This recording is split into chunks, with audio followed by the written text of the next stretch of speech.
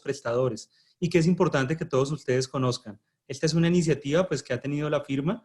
Esperamos tener más reuniones como esta. Algunos de ustedes ya nos acompañaron hace algunos días en la exposición que hicimos sobre las novedades en materia laboral con ocasión de las medidas de contingencia del gobierno a propósito del estado de emergencia, y hoy el tema a tratar será el de servicios públicos en estos tiempos de emergencia. Me acompaña, además dirige este panel, el doctor Luis Ferney Moreno Castillo. Como ustedes saben, él es el socio fundador de Moreno Servicios Legales y adicionalmente es el fundador del Departamento de Derecho Minero Energético de la Universidad Externado de Colombia. Él va a abordar un tema introductorio, va a explicar cómo funciona todo este tema del estado de emergencia, qué es lo que busca, cómo funcionan los servicios públicos en el marco de un estado de emergencia, y a continuación de eso yo les hablaré un poco de las normas específicas que se han expedido para los sectores de energía eléctrica, acueducto, alcantarillado, aseo, gas, combustible y GLP y alumbrado público. Entonces, yo creo que sin más preámbulos, ya somos 53 participantes, doctor Luis Ferney. Muy bien, estupendo. Pues muchas gracias. En primer lugar, quiero agradecer a los que están participando más bien en este conversatorio sobre temas de servicios públicos. Como ustedes saben, los 4 temas grandes en esta emergencia, ¿cuáles han sido? En primer lugar, el ejercicio de la potestad normativa de la administración pública para conjurar un estado de emergencia. Ese es el primer tema. El segundo tema es el tema de la contratación. El tercer tema tiene que ver con los servicios públicos y las limitaciones de actividades. Y el cuarto tema tiene que ver con el tema laboral. Digamos que han sido como los 4 temas gruesos en el cual está girando las grandes decisiones. En esta oportunidad, como bien lo anunció Andrés Ospina, nos vamos a referir al concepto, a cómo deben ser los servicios públicos o cómo lo pretende que sea el gobierno en estos momentos en tiempos de este estado de emergencia por el COVID-19. Entonces, en primer lugar, quiero referirme principalmente a explicar cómo se ejerce esas potestades normativas de la administración en estados de emergencia para poder encauzarlo de los servicios públicos. En estos momentos, como todos sabemos, estamos en estado de emergencia. El estado de emergencia en Colombia es un estado de excepción. Normalmente nosotros veníamos hasta marzo, veníamos en un estado normal, en un estado donde el presidente y toda la administración pública tenía unas atribuciones ordinarias. Pero hoy, dado de la declaratoria de un estado de emergencia, pues estamos en atribuciones extraordinarias. Y cuando se trata de atribuciones extraordinarias, hay 3 cosas importantes de tener en cuenta cuando estamos ante atribuciones extraordinarias en estado de emergencia. El primero se refiere a las restricciones a la libertad. La pregunta es, ¿hay restricción a la libertad? La respuesta es sí. Es más, también lo puede haber en atribuciones ordinarias. En extraordinarias aún más, mucho más se manifiesta esas restricciones a la libertad. Pero no solamente la restricción a la libertad, también pueden haber restricciones a derechos. Y en ese sentido, podríamos ir más allá. Es más, puede también haber restricciones a la actividad de los particulares e incluso puede haber restricciones en las funciones administrativas. Entonces, cuando estamos en estados de excepción, una de las medidas importantes o el ejercicio de potestades normativas de la administración pública encabeza al presidente de la República, pues por supuesto que esas medidas tienden, teóricamente, digámoslo así, tienden a restringir libertades, derechos y actividades de los particulares e incluso actividades administrativas. Entonces es una de las medidas que siempre se esperan cuando estamos en estados de excepción, para conjurar, por supuesto. Ahora, esas medidas tienen que ser proporcionales, por supuesto. Deben ser proporcionales o deben ser basado también en el principio de racionalidad en el sentido de que se trata de conjurar. ¿Aquí qué estamos conjurando? Estamos conjurando un problema de salubridad pública. En ese sentido, todas las restricciones de libertad, de derechos, de actividad de los particulares, incluso de algunas actividades administrativas, deben estar proporcionales y correspondiendo al fin, que el fin es conjurar el problema de salubridad pública nacional e internacional. Las segundas medidas que siempre se toman a nivel de potestades normativas de la administración pública en estado de excepción es ayudas. Se activan inmediatamente las ayudas del Estado.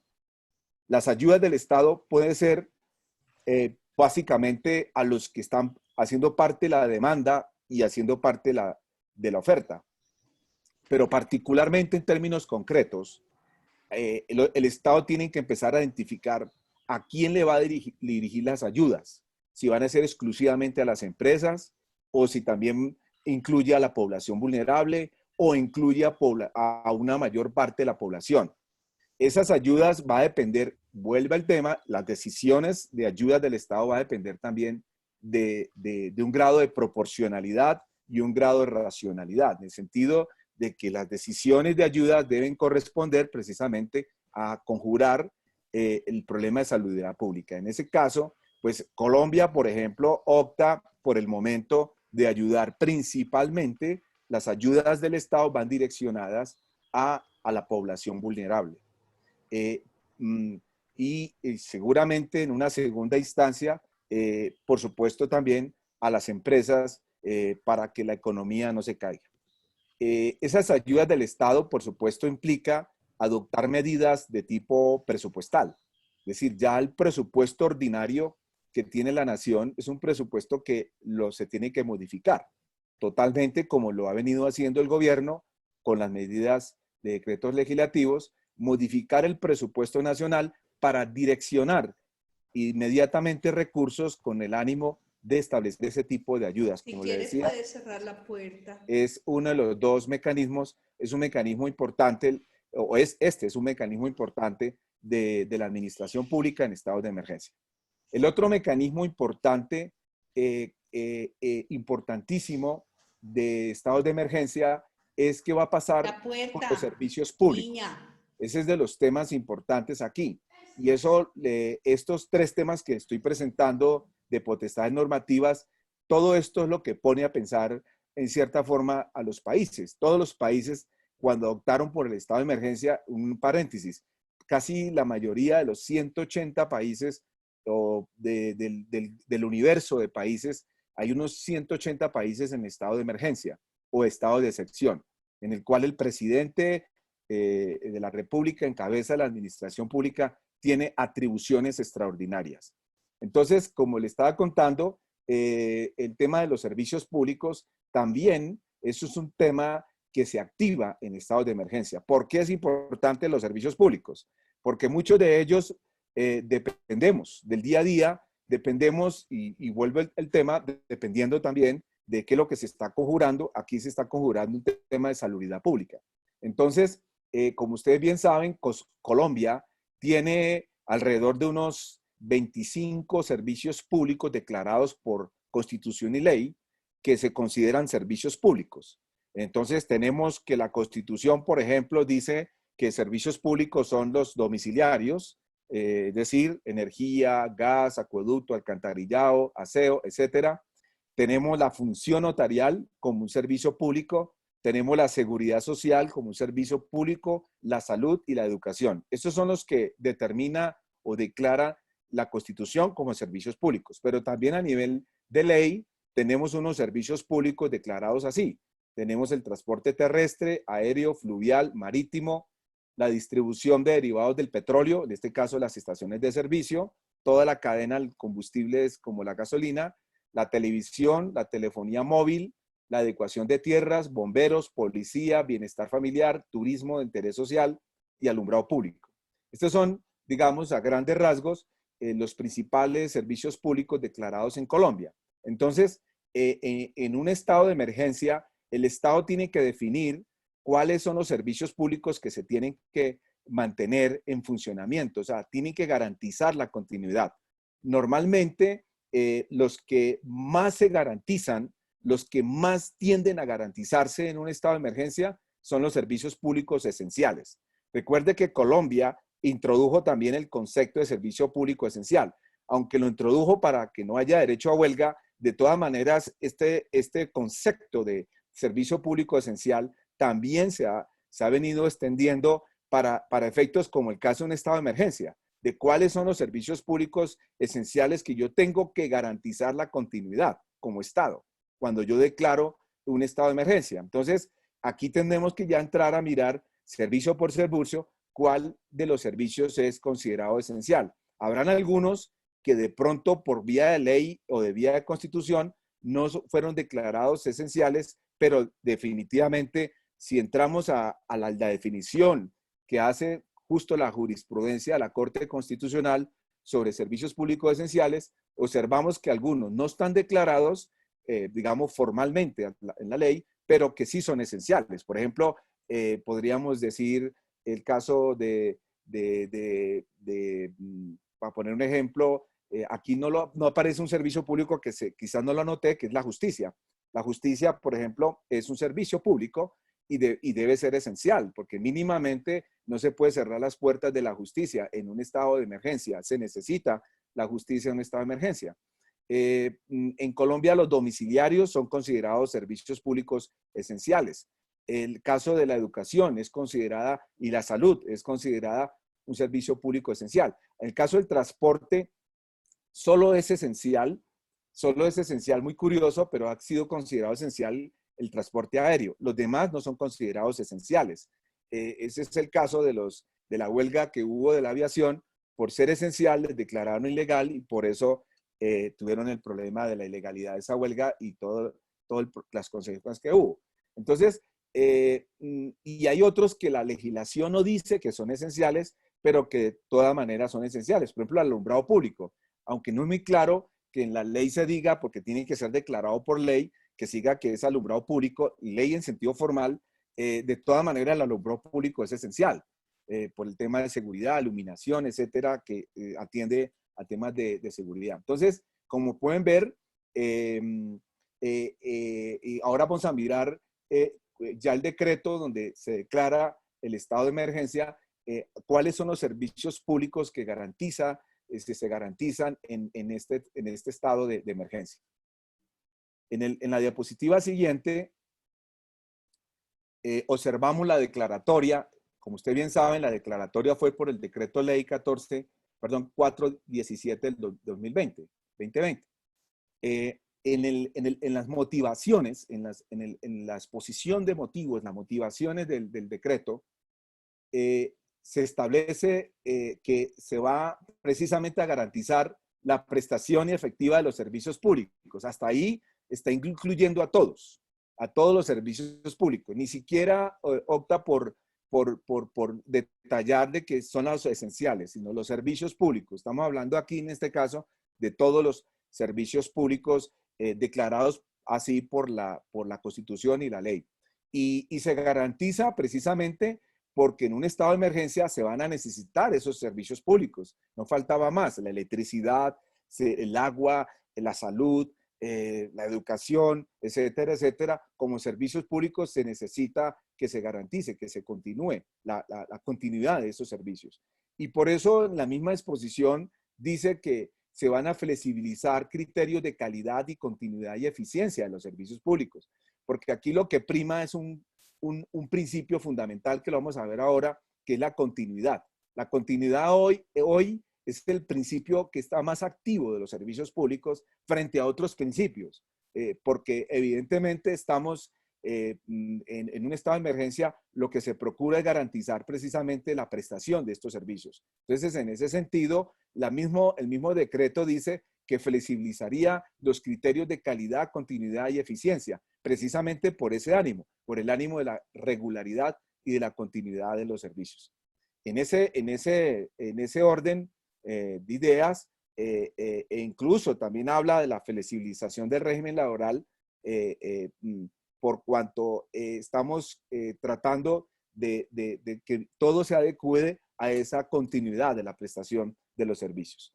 Me llama la atención, hay un párrafo también de ahí de la motivación del decreto ley 417 del 2020, y es que en concreto menciona algunos servicios públicos en donde, donde se dice que es necesario, digamos, que estén esos servicios atendiendo las necesidades colectivas, como el de la salud, por supuesto, porque estamos en un problema de salubridad pública, pero también llama la atención es que mencionan en concreto que se deben adoptar mecanismos tecnológicos o otro tipo de mecanismos para la prestación del servicio público de justicia. Por eso es que la justicia no puede cerrar, si bien es cierto que pueden cerrar juzgados, no pueden ser físicamente, tiene que estar la justicia activa, y la justicia hoy en día estaba activa básicamente a través de medios virtuales, como ustedes lo saben.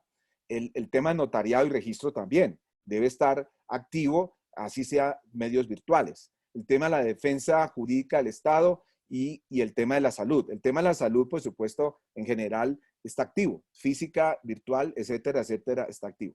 Entonces, llamaba la atención de la importancia de usar mecanismos para mecanismos y otro tipo de mecanismos que permitan de que los servicios públicos estén activos. Muy bien. Les contaba sobre los principios. Antes de la declaratoria de estado de emergencia, pues digamos que uno podría observar que los principios todos están aplicados en igualdad de condiciones. No hay uno que prime frente al otro. O de pronto, quizás en la práctica, de pronto pueden haber algunos principios que en la práctica los hacen primar. Por ejemplo, el de eficiencia. El de eficiencia en una situación normal es un principio muy activo. La prestación eficiente de los servicios públicos, una situación normal. Lo mismo el principio de calidad. También es muy normal en un estado de emergencia. Pero en un estado como este, que es extraordinario, pues evidentemente se activan los mismos principios pueden estar vigentes, pero se activan unos más. Tienen una mayor preponderancia unos que otros. Por ejemplo, el de continuidad. El de continuidad es un principio que se activa en un estado de emergencia porque se tienen que garantizar ciertos servicios públicos, sobre todo los muy esenciales, como por ejemplo la energía, el agua, etcétera, la salud, etcétera, son tan esenciales que se activa ese principio, por encima de eficiencia, entre otras, por encima de otros principios aquí señalados. Me quiero detener en uno que ha sido una gran discusión, el de la gratuidad.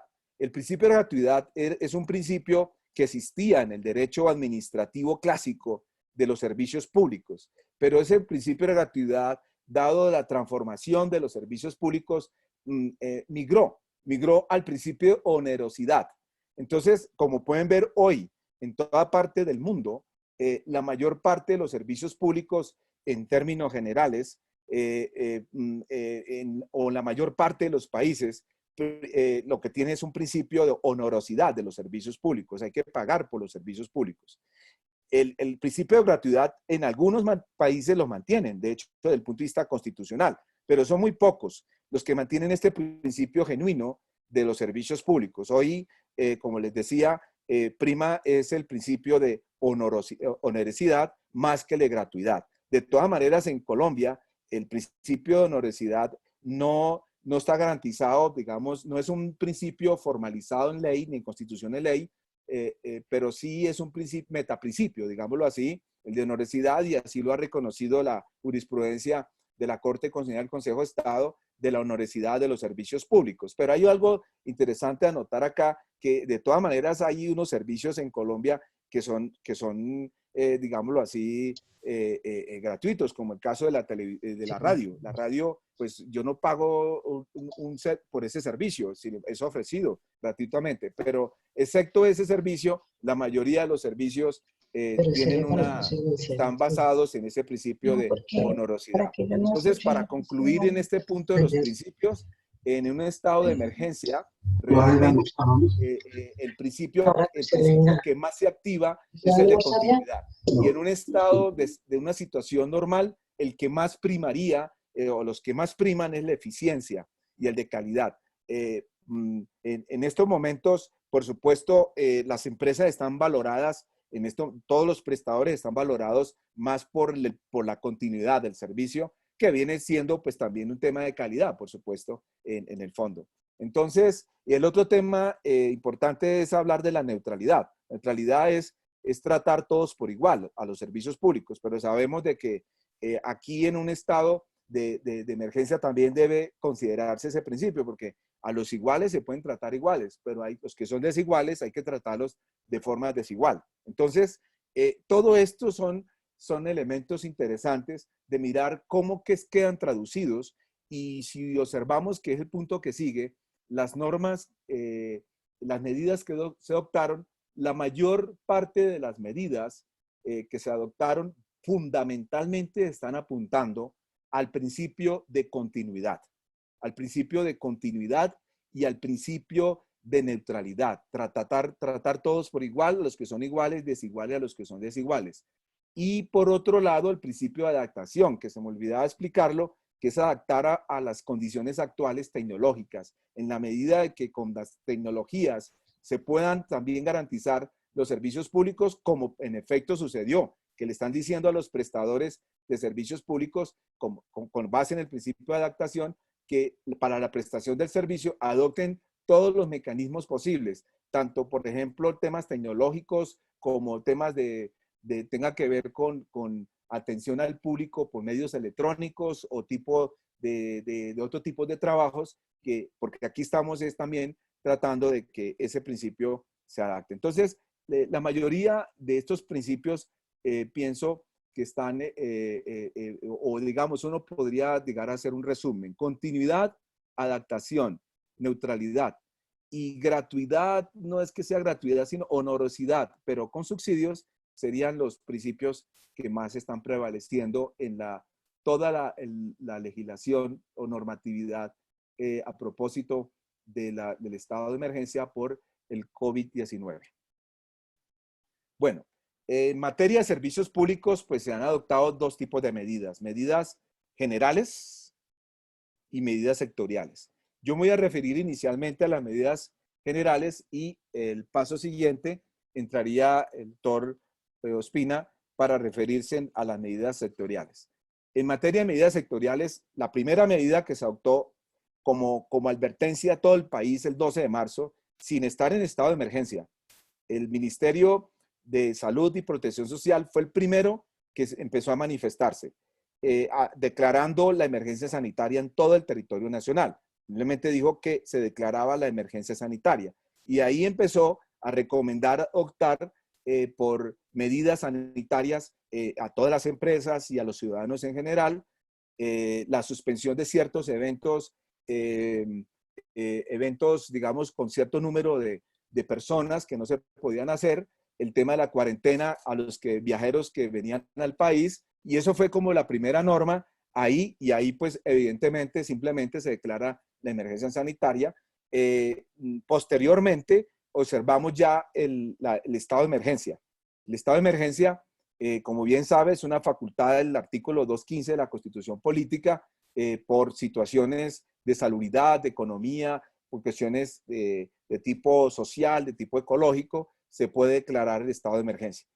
Basado en ese estado de emergencia, el gobierno puede expedir decretos con fuerza de ley, como en efecto lo ha venido haciendo, con decretos con fuerza de ley, lo ha venido dictando toda esa cantidad de decretos, que son decretos legislativos, en el marco de esa emergencia, estado de emergencia en el país. Y por eso, declarado ese estado de emergencia, se activan las demás normas. Declarado, entonces se activa todos los decretos legislativos que se tienen que expedir, sumado a normas inferiores a esos decretos. Entonces empiezan, si estamos hablando de servicios públicos, entonces empiezan también a activarse en resoluciones de los ministerios, se activan las resoluciones de las comisiones de regulación, se activan normas circulares, de resoluciones, incluso también de las autoridades de fiscalización. En este caso, si estamos hablando de energía eléctrica, gas, acueducto, alcantarillado, el caso de la superintendencia, y así sucesivamente, hacia abajo, empieza a activarse todas las normas, y todas esas normas se emiten en el marco del estado de emergencia. Ahora bien, mm, nótese que cuando se declara el estado de emergencia, aparece un decreto legislativo aclarando, porque el estado de emergencia lo que hace es básicamente, como ya dijimos, es lograr, en cierta forma, restringir derechos, restringir libertades y restringir actividades de los particulares e incluso actividades administrativas. Pero llama la atención de que el decreto legislativo 420, que restringe precisamente libertades, derechos, actividades, etcétera, ahí en ese decreto exceptúan dentro de las actividades exceptuadas de la restricción, exceptúan a los servicios públicos esenciales y las telecomunicaciones. Entonces, como pueden ver, la política en un estado, de emergencia es exceptuar los servicios públicos esenciales dentro de la restricción de libertades y derechos de circulación, por ejemplo, en este caso. Y también llama la atención que en decretos posteriores el gobierno también señala de que no solamente esto va direccionado a los prestadores, sino a los que provisionan a los prestadores, es decir, aquellos que suministran materia primas a los servicios públicos esenciales. También era necesario entrar a levantar esa restricción que se las implementan a todos, pero menos a los de los servicios públicos esenciales de telecomunicaciones. Bueno, aquí ya el decreto 457 de marzo del 2020 es más preciso en cuanto a lo que tiene que ver con ciertos servicios públicos y evidentemente pues ordena todo el aislamiento, pero establece unas excepciones de movilidad, de circulación a servicios públicos como acueducto, alcantarillado, energía eléctrica, alumbrado público, aseo y todo lo que tenga que ver con los insumos, precisamente los insumos y suministros para esos servicios públicos también. Pero además de eso, también entramos al suministro de derivados del petróleo, todo lo que son combustibles líquidos, con biocombustibles, gas natural, GLP, como servicios públicos concretamente exonerados de la restricción de esas libertades. Y tenemos el decreto distrital del 24 de marzo, que ahí en ese decreto también, evidentemente, en correspondencia con el decreto legislativo del gobierno, establece igualmente, repite, que los servicios públicos estarían exonerados y califica cuáles son esos servicios públicos y fundamentalmente estaban mencionando la electricidad, los que mencioné anteriormente. Muy bien. Hay un decreto que nos llama la atención porque en estos momentos los prestadores pues están prestando los servicios con el pago de los servicios públicos que puedan hacerlo o que hagan los usuarios o que deban hacer, porque dijimos de que no hay gratuidad sino onerosidad. Hay un fondo que se crea que es básicamente para destinar recursos, que es el de mitigación de esta emergencia, que fue creado y ahí está alimentándose de todos lados, está alimentándose ese fondo. Y pensamos de que es más bien una pregunta, porque ahí dice que para financiar a las empresas privadas del Estado para conjurar esta situación de emergencia, y nos salta la pregunta si también caben de este fondo, cabe también para financiar las empresas prestadoras de servicios públicos.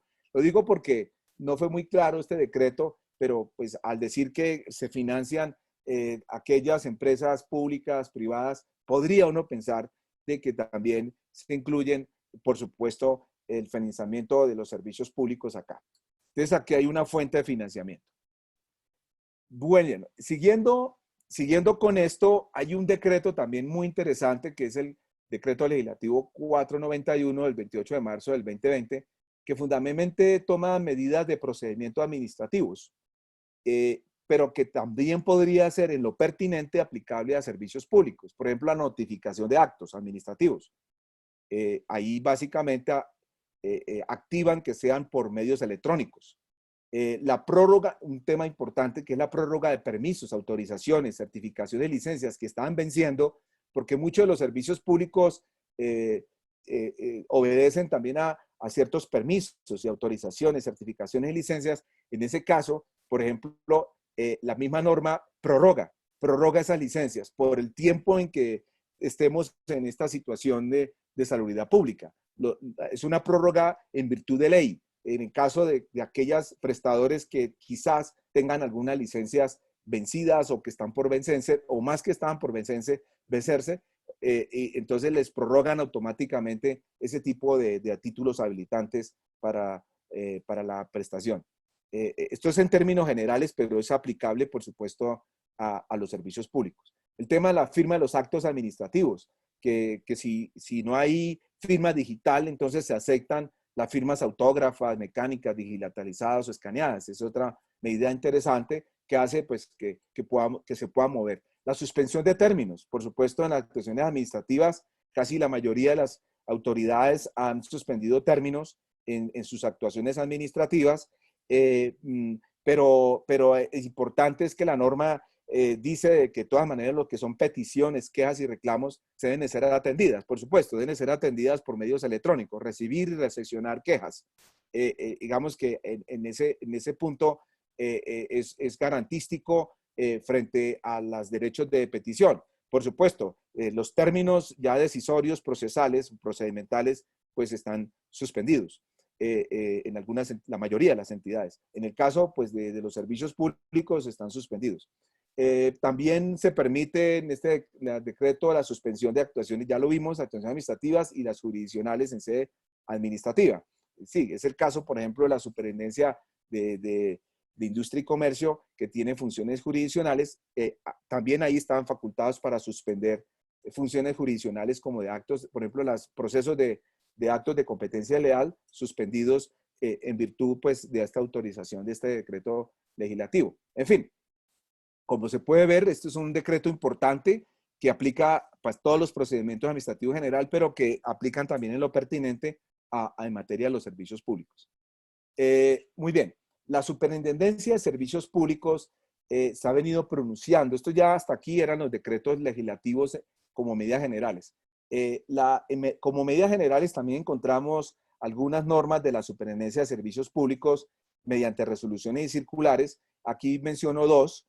Evidentemente ha habido otras, un par más de resoluciones circulares, pero menciono dos importantes para el tema de la continuidad de los servicios públicos. Uno tiene que ver con ciertos lineamientos que da la Superintendencia en la circular externa de calidad y continuidad y la protección de los trabajadores de las empresas de servicios públicos.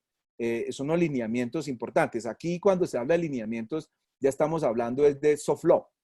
Es importante aclarar a este estado que me ha llamado la atención que en este estado de emergencia el gobierno colombiano ha usado dos herramientas, tanto derecho fuerte, duro, que llaman los hard law, como derecho suave, soft law, o digamos así, medidas más suaves. Entonces, el hard law, es decir, derecho fuerte, se adopta a través de estos decretos legislativos, resoluciones, decretos reglamentarios, eso sería, digamos, el hard law.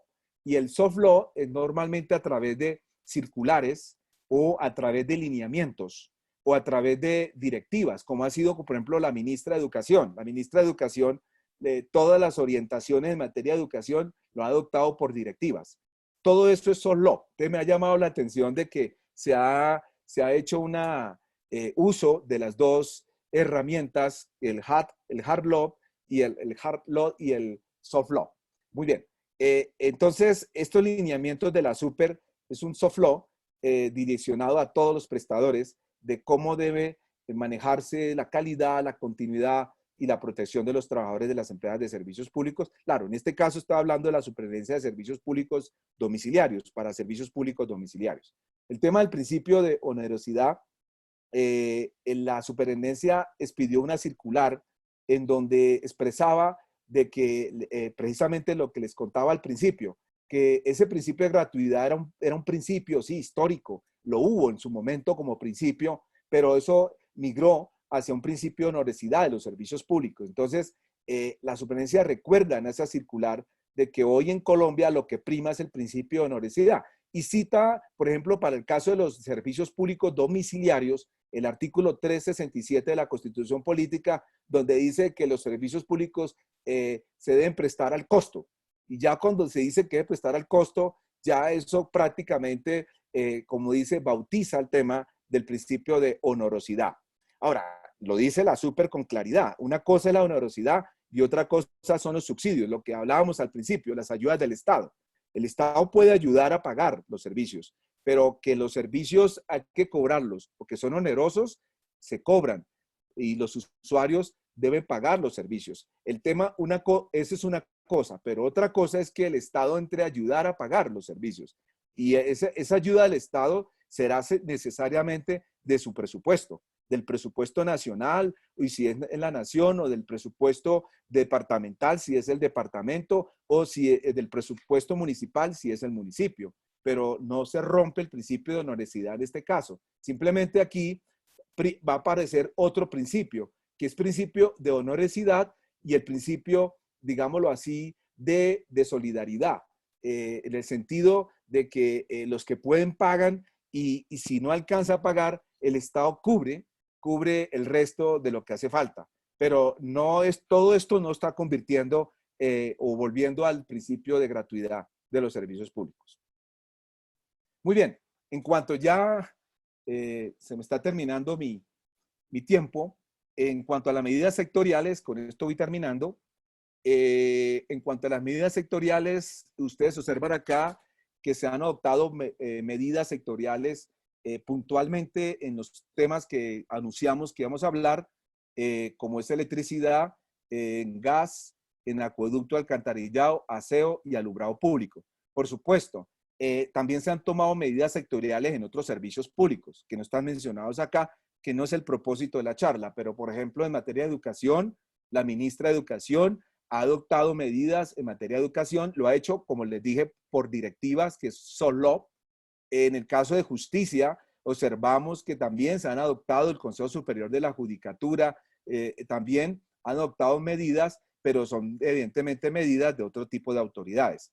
Y en el caso de salud, pues el mismo Ministerio de Salud han adoptado medidas, pero pues como les cuento, no es el caso aquí de esta intervención. Queríamos profundizar fundamentalmente, que es lo que sigue ahora, en las medidas ya muy sectoriales, en electricidad, gas, acueducto, alcantarillado, aseo y alumbrado público.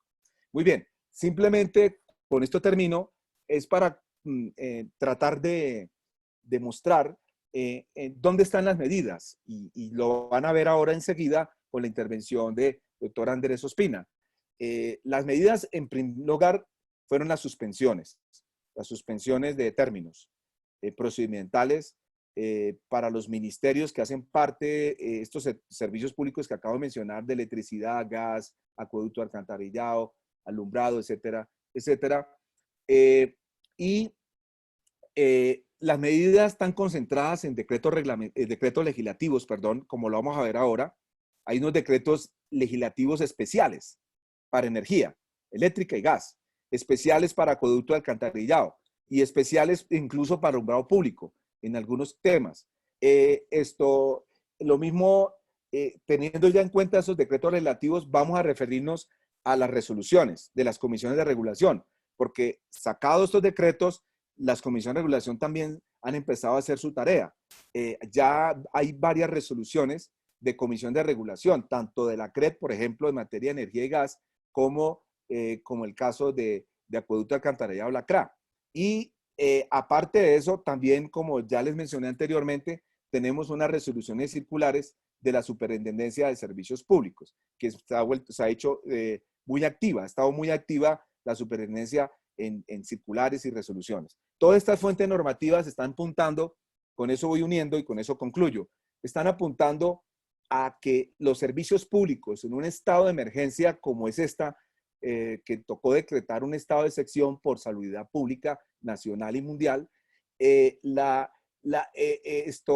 todos estos decretos y resoluciones apuntan a algo fundamental, la continuidad de los servicios públicos, la continuidad. ese es el principio más activo en estos momentos. Claro, por supuesto. También hay que tocar el tema de calidad, el tema de tratar a unos usuarios iguales a los que son iguales y desiguales a los que son desiguales. El tema también importante aquí de la gratuidad, que no hay principio de gratuidad, por lo menos en los domiciliarios, pero sí, digamos, que se activa el tema de ayuda del Estado, y las ayudas del Estado aquí es que aumentarán los subsidios. O sea, aquí hay unos subsidios normales de unas atribuciones ordinarias que da la ley 142, pero el decreto legislativos están autorizando mayores subsidios en esas palabras, mayores subsidios. Y por eso le están diciendo a los que correspondan que pueden hacer todos traslados presupuestales para cubrir esos servicios públicos, cubrirlos con otras fuentes. Ya no serían los subsidios, el giro de subsidios de la nación o de los municipios, departamentos ordinarios, sino una mayor proporción de subsidios para cubrirle a aquellas personas de población vulnerable, y aquí toman de población vulnerable estrato 1, estrato 2 e incluso el estrato 3.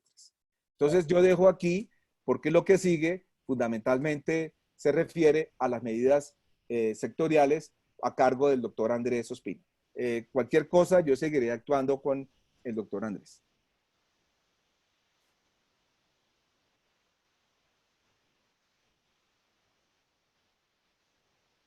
Doctor Andrés.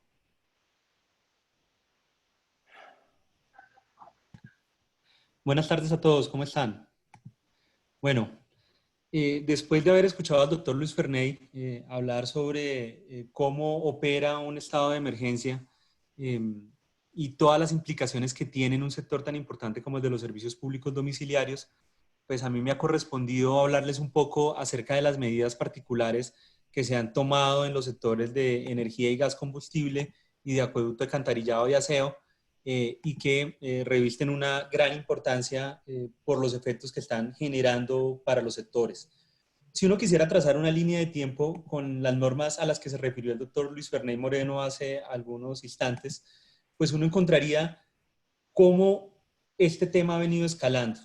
Empezamos, como él lo señaló, con una resolución que decretó un estado de emergencia sanitaria, un estado de emergencia en el que simplemente se tomaban unas medidas encaminadas hacia el cuidado personal, la limpieza, pero fueron escalando poco a poco.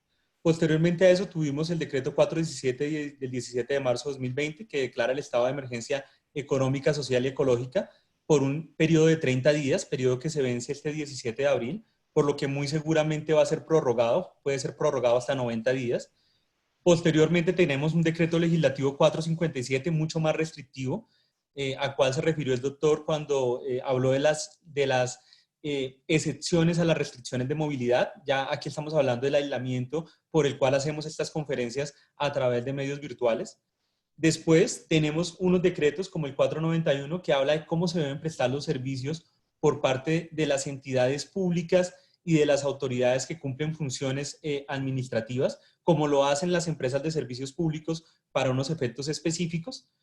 Seguimos con el decreto 517 del 4 de abril de 2020, que ya tiene unas medidas muy específicas para los sectores de energía y gas, y concluimos con el par de ese decreto, que es el decreto 528 del 7 de abril de 2020, que trae unas medidas similares para el sector de agua potable y saneamiento básico. Ahora, el doctor hablaba de unas normas que son comunes a todos los servicios. Hay otras que hay que tener en cuenta y a las cuales hay que hacerle seguimiento.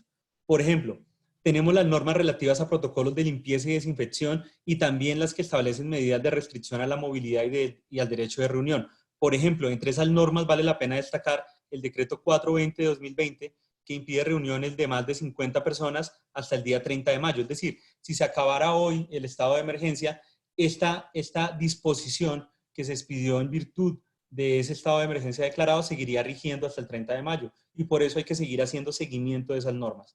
En segundo lugar, otras normas que se aplican para todos los sectores son las societarias y corporativas.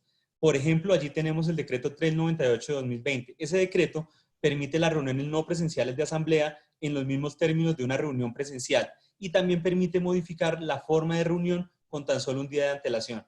Adicionalmente, tenemos el decreto 434/2020, que es muy importante porque permite ampliar los términos de renovación del registro mercantil, del RUC, del RUNIOL y habilita la citación de reuniones ordinarias de asamblea hasta dentro del mes siguiente a la finalización de la emergencia sanitaria o habilita la reunión por derecho propio para el primer día hábil de tal mes. Es decir, si aquí hay personas que hacen parte de sociedades comerciales en las cuales no se pudo desarrollar la asamblea ordinaria de accionistas por la razón de la contingencia sanitaria, pues sepan que hay una norma que ya establece cómo se debe hacer y esa norma aplica a todos los prestadores de servicios públicos y a empresas de otros sectores de la economía. También hay unas normas que son aplicables o predicables de todas las empresas de servicios públicos, por ejemplo, las relativas al reporte de información a autoridades públicas. Específicamente, la superintendencia expidió el 26 de marzo de 2020 la resolución 9825, a la que hay que ponerle mucha atención, porque habilita un esquema temporal de reporte de información diaria y mensual en materia financiera, técnica y operativa y establece un procedimiento de información de observaciones y dificultades en la prestación de los servicios. ¿A qué se refiere ese procedimiento de información de observaciones?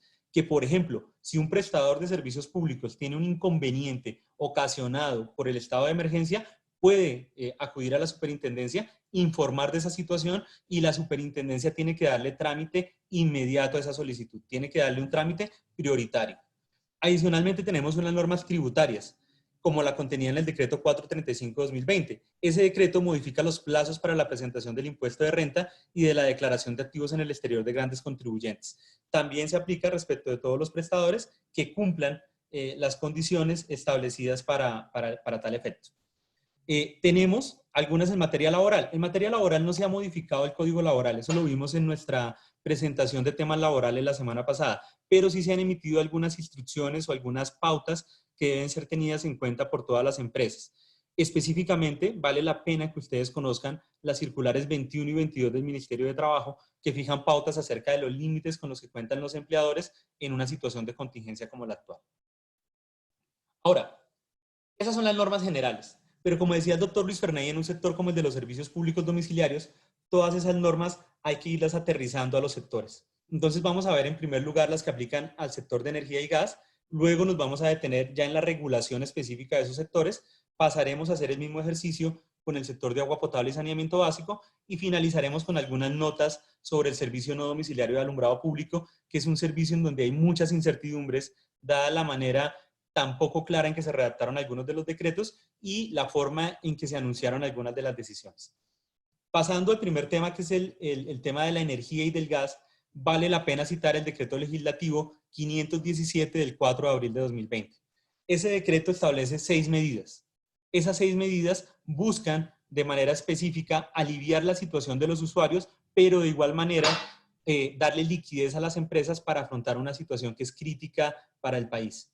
La primera medida, ustedes la ven allí señalada, simplemente es el pago diferido de los servicios para usuarios de estrato 1 y 2 hasta por 36 meses. Sin embargo, eso se escucha muy fácil, pero tiene todo un mecanismo y tiene toda una normatividad detrás que vale la pena conocer. Según esa norma, según el decreto 517, los prestadores de los servicios públicos de energía y gas pueden diferir directamente el pago que deberían hacer los usuarios de estrato 1 y 2 de dichos servicios, pero solamente se difiere aquel costo que corresponde al consumo básico que no se cubre con subsidios. Es decir, si hay un consumo suntuario, el usuario lo tiene que pagar, por tanto la empresa debe seguir facturando. En segundo lugar, para la facturación que está corriendo y la siguiente a la expedición del decreto es que se aplica esta medida, es decir, esta no es una medida permanente, solo se aplica para la facturación que corre en este momento y para la del mes posterior al presente. Y ese diferimiento en el pago se da por un término de hasta 36 meses, sin que se causen intereses o costos financieros a favor de los prestadores en relación con los usuarios. Ahora, ¿esto es para todo el mundo? No necesariamente. ¿Qué es lo que dice la norma? La norma dice que esta medida es facultativa para las empresas que pueden diferir sin acudir a una línea de liquidez y obligatoria para aquellas a las que se les establezca una línea de liquidez. Es decir, aquí tiene que entrar el sector financiero. Si un prestador acude a una línea de crédito, entonces debe hacer un descuento al usuario de un 10% del valor de la factura o cobrar completo, pero accediendo solamente al 75% de la línea de liquidez. Es decir, si yo para cubrir en el mes X el valor de lo que me dejan de pagar los usuarios de estrato 1 y 2 debo acudir 100% a la banca, debo hacer un descuento del 10% en la facturación del usuario. Pero si por el contrario yo puedo acudir tan solo a un 75% de la línea de crédito, pues entonces ya podré cobrar completo al usuario en el momento en que se active la posibilidad de cobro. Adicionalmente, debe tenerse en cuenta que el prestador de servicios públicos que acuda a la línea de crédito pues va a tener un beneficio, y es que esa línea de crédito, igual que ocurre con el usuario, va a tener una tasa de interés cero. Es decir, así como yo no le puedo trasladar al usuario un costo de financiación, el Estado y el sector financiero tampoco me lo puede trasladar a mí. Eso es bien importante que lo tengan en cuenta.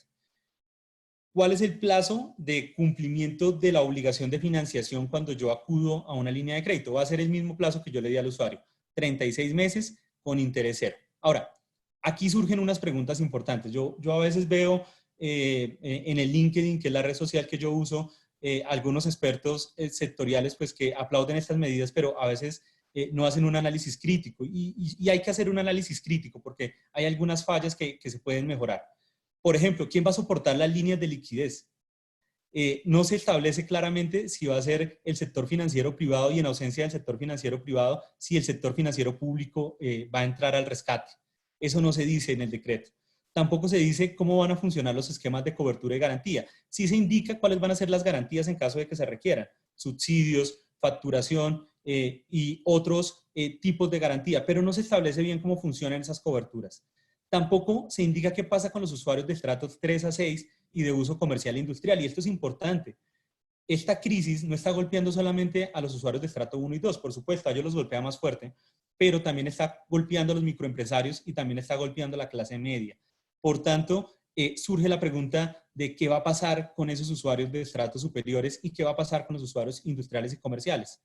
Adicionalmente, uno se pregunta, y esto va para la gente que factura conjuntamente con energía, el alumbrado público y el aseo, y es allí donde empiezan a haber ya algunos temas que preocupan a los prestadores del servicio de alumbrado, y es qué pasa con la facturación conjunta del servicio de alumbrado. Porque la señal que ha dado el gobierno prácticamente es que los usuarios de estrato 1 y 2 no deben pagar facturas durante los siguientes 2 meses, pero ojo, esas facturas vienen acompañadas en muchas ocasiones de un cobro conjunto, que es el del alumbrado público como impuesto, o el del aseo, que también es un servicio que se sirve del servicio de energía para poderse facturar. Esas son preguntas que son importantes hacer y que deben resolverse por el gobierno nacional y por los órganos reguladores. Esa era una primera medida. Tenemos una segunda. La segunda medida son esquemas regulatorios especiales que mitiguen los efectos del estado de emergencia. ¿De qué se trata?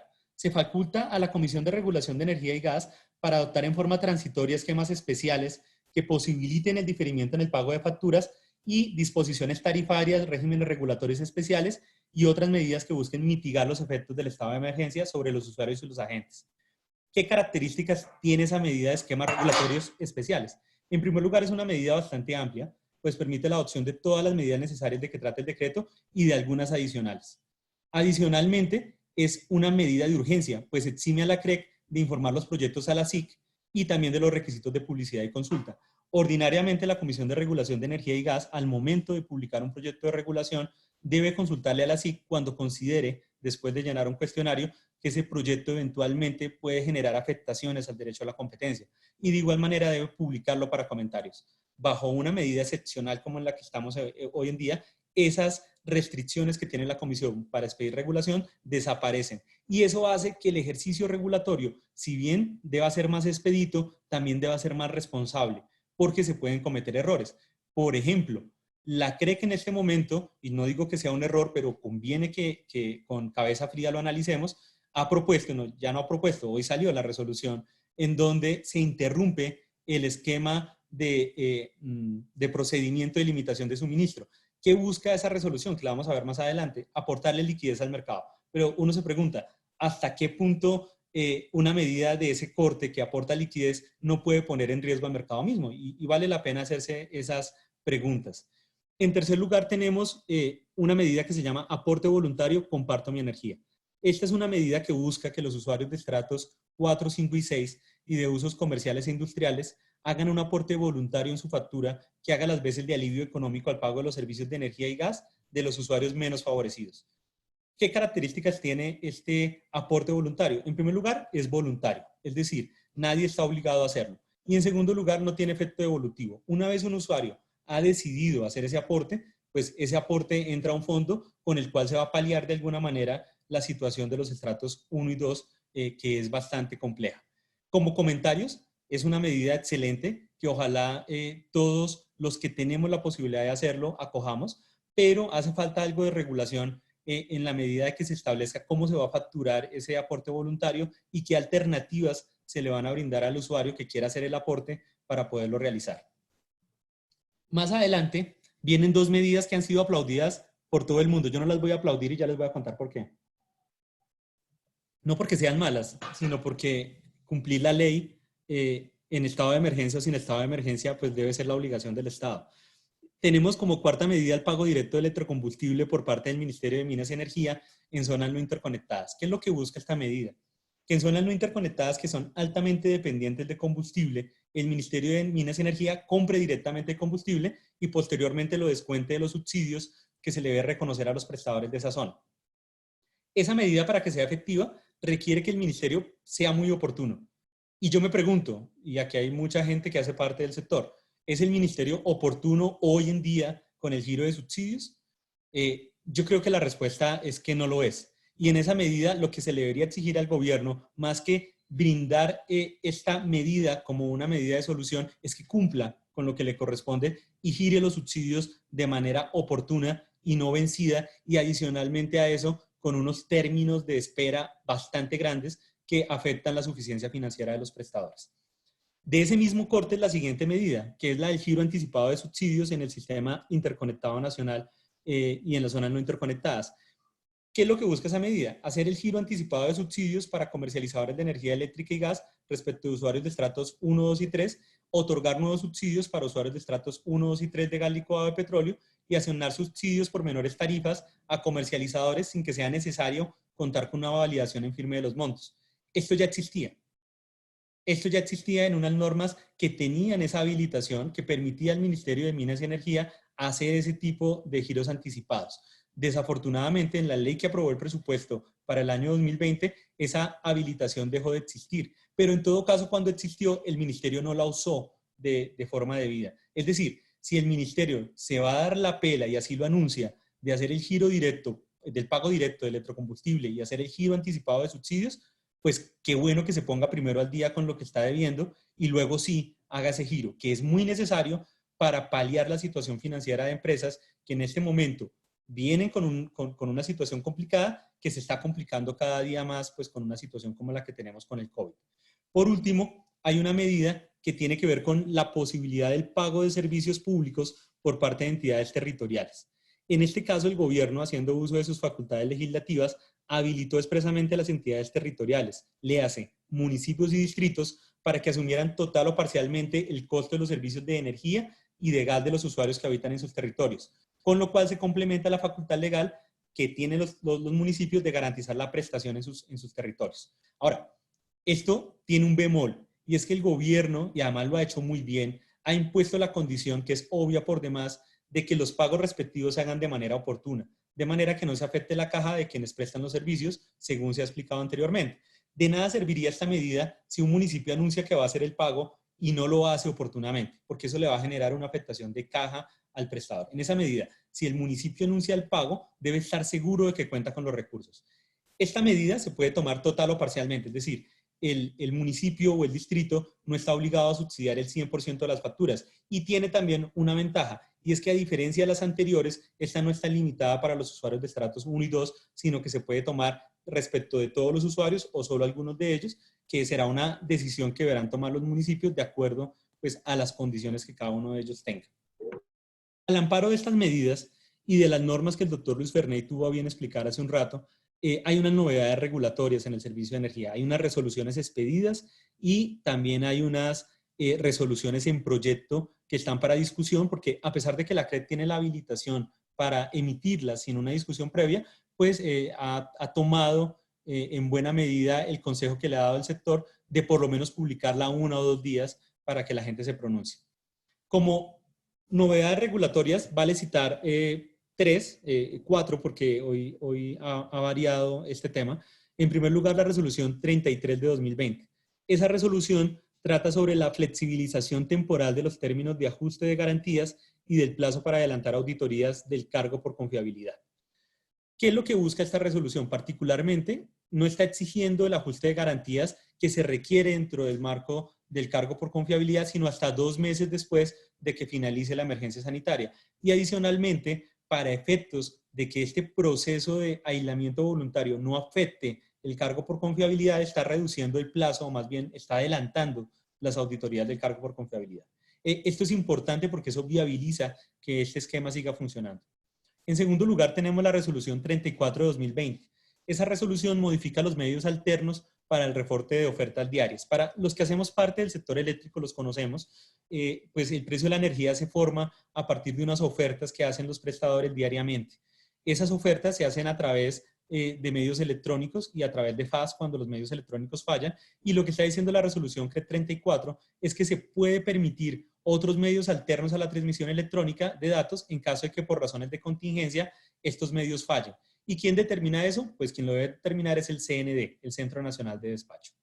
Tenemos también la resolución 41 de 2020 que modifica los plazos establecidos en la resolución 200 de 2019 frente a la conexión compartida de generadores. El año pasado, para los que trabajan en el sector eléctrico y hacen parte del sector de generación, se expidió la resolución 200 de 2019. ¿Qué es lo que dice esa resolución? Esa resolución permite la conexión compartida de generadores al sistema interconectado nacional a través de un único punto de frontera, a través de una única frontera comercial. Sin embargo, bajo la contingencia que tenemos hoy, hay un problema, y es que el éxito de esa resolución depende de unos acuerdos que debe expedir el CNO y de una propuesta que debe expedir el ASIC.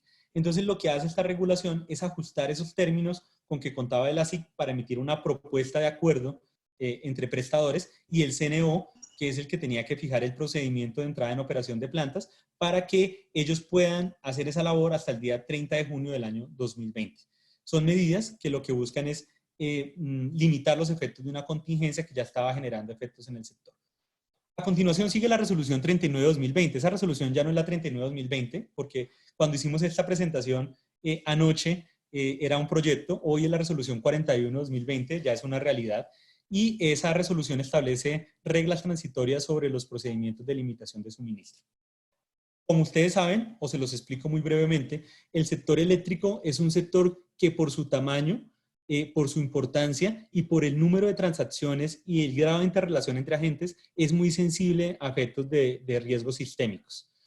Dado lo anterior, existe un procedimiento que se llama de limitación de suministro, que impide que agentes que hacen parte del mercado mayorista, generadores o comercializadores, que incumplan con sus obligaciones, puedan transar determinadas cantidades de energía y si siguen incumpliendo, sean retirados del mercado. Pues, ¿qué ha hecho la CREC? La CREC lo que ha dicho es que se suspenden los programas de limitación de suministro por 3 meses, sin perjuicio de que se mantengan las medidas de aviso de incumplimiento y ejecución de garantías que corresponden de acuerdo a la resolución 116 del 98. Y adicionalmente establece un interés de mora calculado como un promedio de unas tasas de interés en caso de mora en el pago de las facturas de la SIC y el LAC.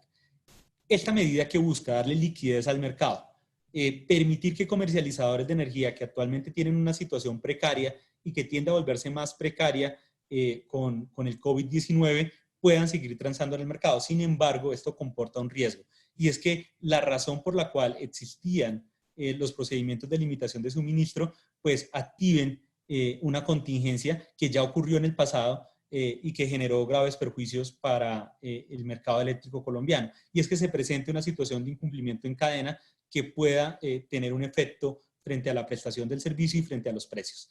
A esto hay que ponerle mucha atención. La Superintendencia de Servicios Públicos debe estar muy atenta, debe pedir información, debe evaluarla, porque el riesgo que comporta esta medida puede ser superior de concretarse al beneficio que la misma pretende.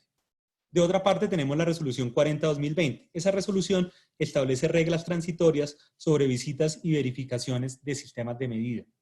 ¿Qué es lo que busca esta resolución básicamente? Es modificar los plazos con que contaban los agentes para verificar fronteras comerciales y sistemas de medición en el caso de conflictos entre ellos o en caso de solicitudes de los usuarios o en caso de solicitudes del administrador del sistema del mercado. En este caso, pues esas obligaciones no pueden cumplirse porque básicamente las restricciones a la movilidad lo impiden y además las personas no son proclives a atender a prestadores de servicios públicos que llegan a sus puertas, y en esa medida lo que se hace es trasladar esas obligaciones en el tiempo para el momento en que finalice la cuarentena obligatoria. Seguimos con el sector de gas natural. En el sector de gas natural tenemos unas novedades regulatorias bastante importantes. En primer lugar tenemos la resolución CREC 35 de 2020. Desafortunadamente no me quedo... sí, aquí está. La resolución CREC 35 de 2020. Esa resolución establece medidas especiales transitorias sobre la revisión periódica de instalaciones internas de gas, las que algunos de ustedes llaman revisiones quinquenales. Como ustedes saben, la prestación del servicio de gas combustible comporta unos riesgos, y una de las maneras de mitigar esos riesgos es a través de unas visitas que deben hacer o los prestadores de servicios públicos o proveedores contratados específicamente para esos efectos, de manera que se determine si una instalación de gas cumple con unas condiciones mínimas establecidas en la regulación y emita un certificado de conformidad. Cuando ese certificado de conformidad no se emite porque la visita no se ha realizado o porque la instalación no es conforme, se debe suspender el servicio por un tema de seguridad. Pues bien, ¿qué es lo que hace esta resolución 35-2020? Aplaza por el tiempo que dure el aislamiento preventivo la realización de las verificaciones periódicas de gas y, por ende, que es lógico, suspende o más bien ordena suspender las medidas de interrupción de suministro por ausencia de certificado de conformidad. De igual manera, para garantizar que el gas combustible siga llegando a hogares en donde el servicio se había suspendido por la ausencia de ese certificado de conformidad, la resolución ordena la reconexión inmediata. Solamente la reconexión no va a tener lugar en dos situaciones. En primero, cuando al usuario se le suspendió el servicio por una razón de fraude, y en segundo lugar, cuando la razón de la suspensión tenía que ver con un defecto crítico de la instalación que no ha sido corregido, porque en ese caso pues, se pondría en riesgo la vida y seguridad de las personas que habiten el inmueble y de sus vecinos. En segundo lugar, esa resolución también indica que en el caso de que se termine el aislamiento preventivo obligatorio, se debe reprogramar las visitas de revisión, para lo cual se cuenta con un plazo de 6 meses. Es decir, esto va a tener un periodo de gracia de 6 meses. Adicionalmente, se le ordena a los usuarios informar de cualquier anomalía en sus sistemas y se suspenden unas obligaciones que tenían los prestadores con la superintendencia de reporte de información. Esas obligaciones eran relacionadas con el reporte de información de odorización y de presión de los tubos. ¿Por qué se suspenden? Porque esa información se obtenía en las visitas y como las visitas se suspenden, la información no puede ser recaudada ni tampoco puede ser reportada al Sistema Único de Información de la Superintendencia. Adicionalmente tenemos la resolución CREC 42 de 2020. Esa resolución establece medidas transitorias de modificación de contratos de suministro y transporte de gas natural. Esta resolución es supremamente importante. El sector de gas natural, ya cuando estamos hablando del mercado de gas natural, que tiene un mercado primario y un mercado secundario, un mercado primario donde se transa el gas que se importa o que se produce en el país, que se extrae de pozos en el país, o un mercado secundario que es un mercado de excedentes del mercado primario. Ese mercado tiene unos contratos muy regulados que son muy difícilmente modificables. ¿Qué es lo que establece la resolución 42 de 2020? Establece medidas transitorias para permitir la modificación.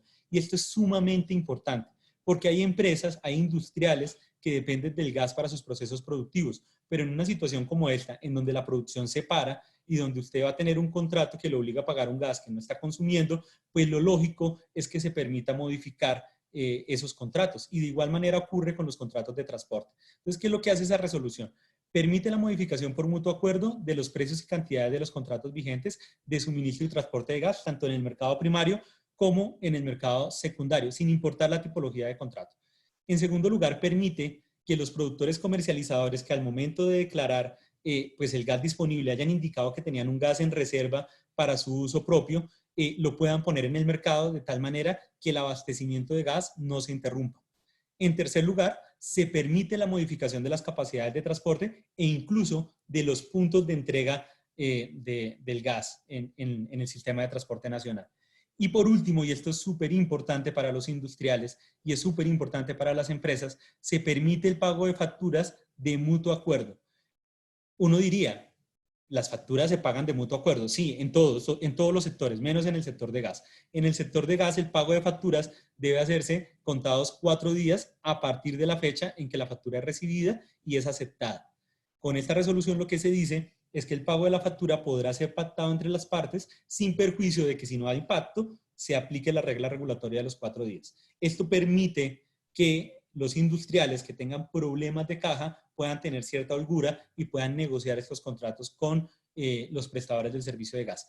Esto es importante que lo sepan los industriales como pues, lo vamos a decir al final, si alguno quiere plantear un proceso de renegociación, pues con todo gusto puede preguntarnos y nosotros estaremos prestos a colaborarle. Adicionalmente, hay un proyecto de regulación en gas natural que establece una opción tarifaria transitoria para el componente variable del costo unitario de prestación del servicio. Los servicios públicos domiciliarios, todos ellos, tienen en su tarifa 3 componentes, 2 que son permanentes y 1 que solo se cobra por una vez, así se pueda financiar.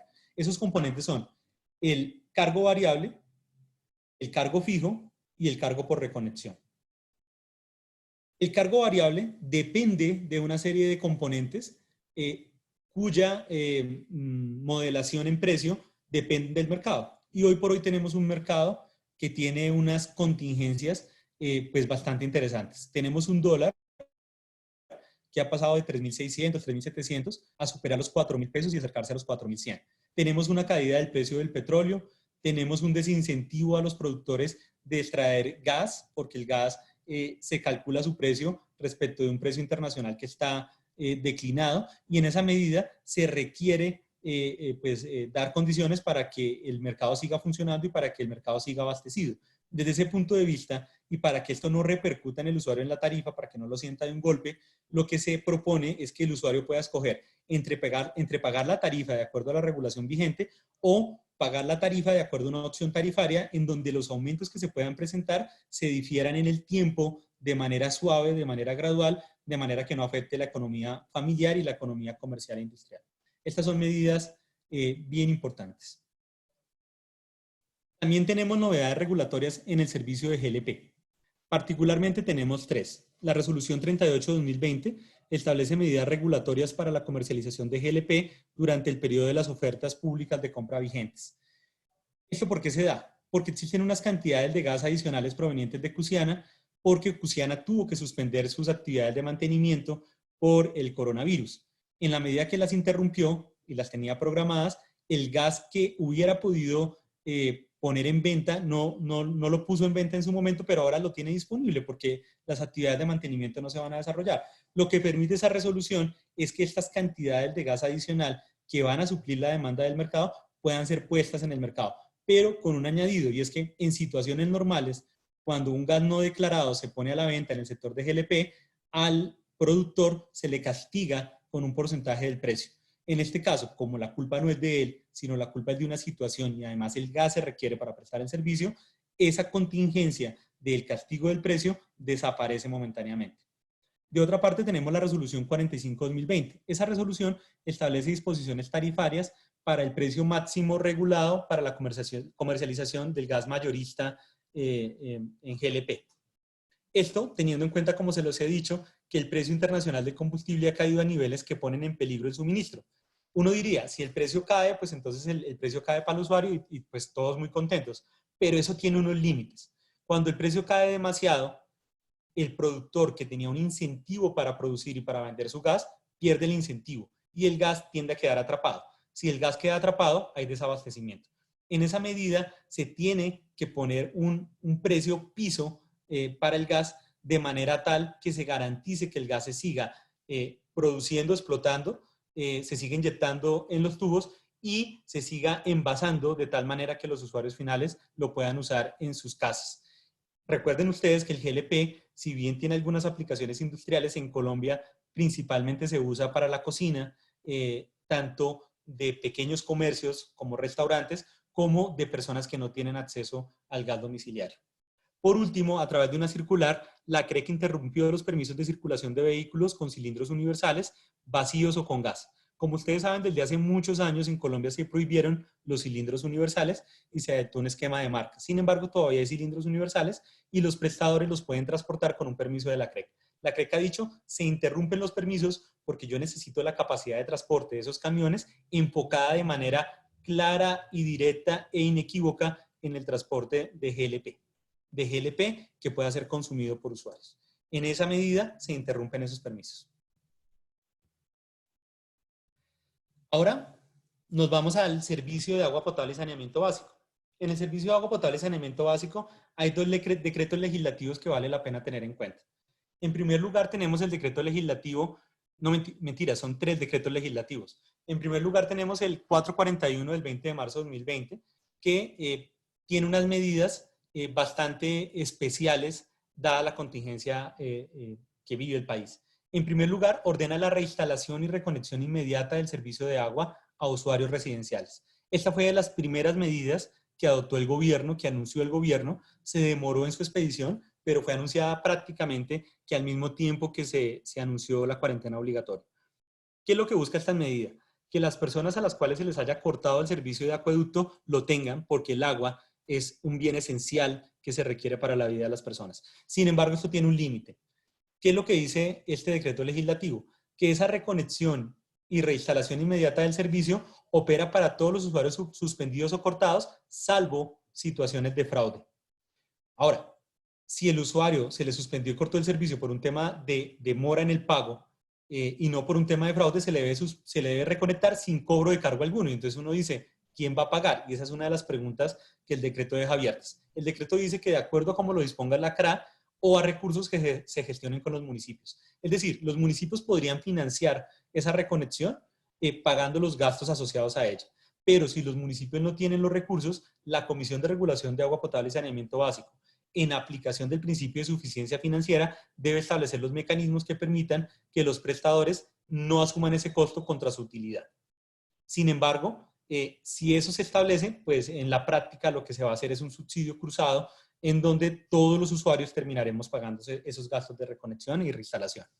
En segundo lugar, como segunda medida de ese decreto, se establece el acceso al consumo básico de agua potable a personas que carecen de la conexión al servicio o también a las personas que hemos visto anteriormente se les suspendió el servicio o se les cortó el servicio por fraude. En este caso, los municipios pueden acudir a esquemas diferenciales o a través de medios alternos o a medios alternos de aprovisionamiento. Por ejemplo, medios alternos de aprovisionamiento como el agua embotellada, como tanques, como carrotanques. Entonces, lo que dice el decreto es, usted debe garantizar que en esta contingencia todo el mundo tenga agua, ya sea porque tiene el servicio de acueducto o porque usted se lo garantiza a través de un esquema diferencial. Para eso viene la tercera medida, y es que habilita a los municipios a usar recursos del Sistema General de Participaciones para agua potable y saneamiento básico que estaban originalmente destinados para obras de infraestructura para la atención del segundo punto, es decir, para garantizar el acceso al consumo básico de agua potable.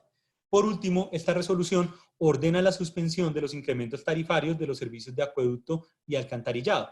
Obviamente, los prestadores que tenían derecho a actualizar sus tarifas, lo que van a hacer es dejar de actualizarlas por un tiempo y una vez esta situación pase, con una senda gradual van a empezar a hacer los incrementos hasta el punto en que se requiera, pues para garantizar el cumplimiento del principio de suficiencia financiera. Ahora, tenemos otro decreto muy reciente, el decreto 528 del 7 de abril de 2020, es un decreto de este sábado, tiene 4 medidas. Este decreto se parece al decreto 517 del sector eléctrico. En primer lugar, tiene el pago diferido de servicios para usuarios de estrato 1 y 2 hasta por 36 meses. En este caso, lo que se subsidia es el consumo no cubierto por subsidios. Aquí hay una diferencia con el sector eléctrico. En el sector eléctrico decíamos que lo que se subsidia es la porción del consumo básico de subsistencia que no está cubierta por subsidios, con lo cual eventualmente los usuarios podrían terminar pagando un valor si su consumo es muy alto. En el sector de agua potable y saneamiento básico se admite que este subsidio cubra todo lo que no está cubriendo el subsidio que actualmente se otorga, incluido el cargo fijo, que ustedes saben que en agua potable y saneamiento básico se cobra. Esto con las mismas condiciones que se establecieron para el sector de energía, va a ser con un plazo de 36 meses para el usuario, no se le pueden trasladar costos financieros, el prestador puede acudir a líneas de crédito, esas líneas de crédito van a ser con tasas de interés cero, van a ser por el mismo tiempo en que se le difiera la factura a los usuarios, entonces estamos hablando de algo muy similar al sector eléctrico. En segundo lugar, tenemos una medida que sí es diferente, la de los incentivos y opciones tarifarias. Esta medida yo quiero ver cómo se aplica en la realidad porque no parece muy clara. Lo que dice la regulación es que los prestadores de los servicios de acueducto, alcantarillado y aseo pueden diseñar opciones e incentivos en favor de los usuarios que paguen oportunamente las facturas con el fin de contribuir a la recuperación de cartera y garantizar la sostenibilidad financiera. Sin embargo, no se establece qué tipos de incentivos se pueden establecer, lo cual deja un margen de creatividad muy amplio. En segundo lugar, no se establece cómo van a funcionar esos incentivos frente al marco tarifario actual. Tampoco se señala si se requiere aprobación de la Comisión de Agua. En el sector de agua potable las tarifas son revisadas por la CRA. Al parecer, en este caso, los incentivos y opciones no lo serían, porque el decreto no lo establece, pero son aspectos que han quedado sueltos. Y hay que ver cómo los prestadores empiezan a hacer uso de esta norma. En tercer lugar, tenemos una medida que es el giro directo de subsidios por parte de la Nación. No me voy a detener a explicarla, es muy similar a lo que ocurre en el sector de energía, con una diferencia. Es que en el sector de energía existe un fondo de solidaridad y redistribución de ingresos nacional que distribuye los subsidios a todos los prestadores de servicios públicos del país con el objeto de cubrir los costos que ellos dejaron de cobrar a los usuarios por concepto de la aplicación de los criterios de solidaridad y redistribución de ingresos. En este caso, en el sector de agua potable y saneamiento, los fondos de solidaridad son territoriales, son municipales. ¿Qué es lo que está diciendo el gobierno? Está diciendo, los municipios están en la obligación de girar los subsidios que están adeudando, pero si no lo hacen, yo los voy a girar directamente contra los subsidios que a posteriori o contra los recursos que a posteriori yo debo entregarle a los municipios por sistema general de participaciones. Es decir, si el municipio no cumple con su obligación, el Estado la cumple con él, pero lo descuenta del sistema general de participaciones. Por último, una medida relacionada con la destinación de superávit. En el sector de agua potable y saneamiento básico, cuando se fija el equilibrio entre contribuciones y subsidios, pueden pasar tres cosas. La primera, que haya equilibrio, es decir, que las contribuciones que se aporten y los aportes que haga el municipio se equilibren con los subsidios que se van a reconocer. O que los subsidios sean insuficientes, que la capacidad de subsidiar sea insuficiente, que es lo que ocurre en casi todos los municipios, hay un déficit, o que, y esto ocurre en muy pocos municipios, sobre todo en municipios que son industriales, se produzca un superávit. Cuando se produce ese superávit, lo que ha dicho la normativa del sector de agua potable y saneamiento básico es que ese superávit se reparte entre otros prestadores de otros municipios que tengan una situación de déficit luego de cumplir un procedimiento que está establecido en la norma. En este caso concreto, lo que está diciendo el decreto es que si existe superávit, el municipio puede hacer uso de esos recursos para garantizar el abastecimiento de agua a aquellas personas que carecen de conexión. Es decir, este decreto complementa el que anteriormente vimos.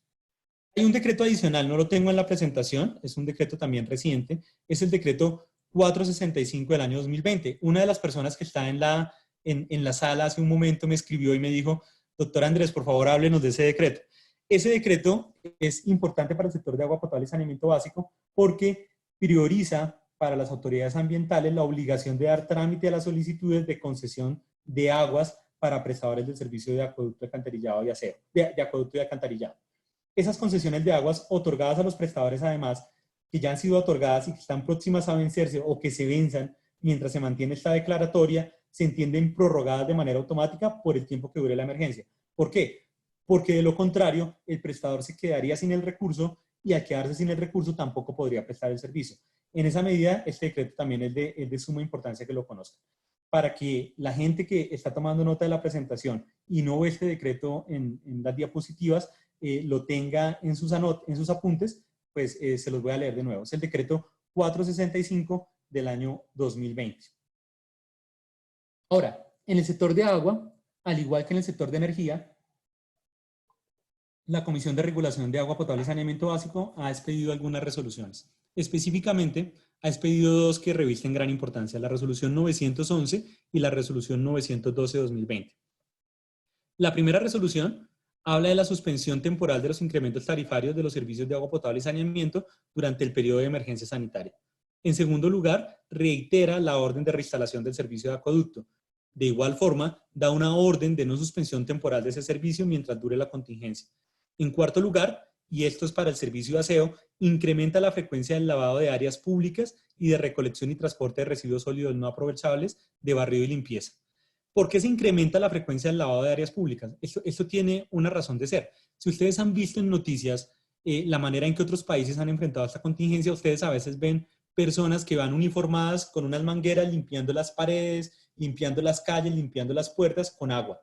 Porque el agua, combinada con algunos químicos o en su estado puro, tiene un efecto desinfectante y ayuda a combatir el contagio del virus. En esa medida, la CRA, pues que conoce de este tema, ha incrementado la frecuencia de lavado de las áreas públicas y también ha permitido que se incremente las frecuencias de recolección y transporte de residuos para que estas medidas se puedan desarrollar. Pero entonces uno dice, ¿y quién le paga eso al prestador? Pues bueno, la CRA ha establecido una regla de reconocimiento de costos por el incremento de esas frecuencias. Obviamente que no se cobran de manera inmediata, sino de forma gradual una vez se supere la contingencia. Adicionalmente tenemos la resolución CRA 912-2020. Esta resolución es una resolución que yo la cito porque se ha expedido estando dentro del marco de emergencia, pero no tiene que ver con el estado de emergencia. Coincidió su expedición con el estado.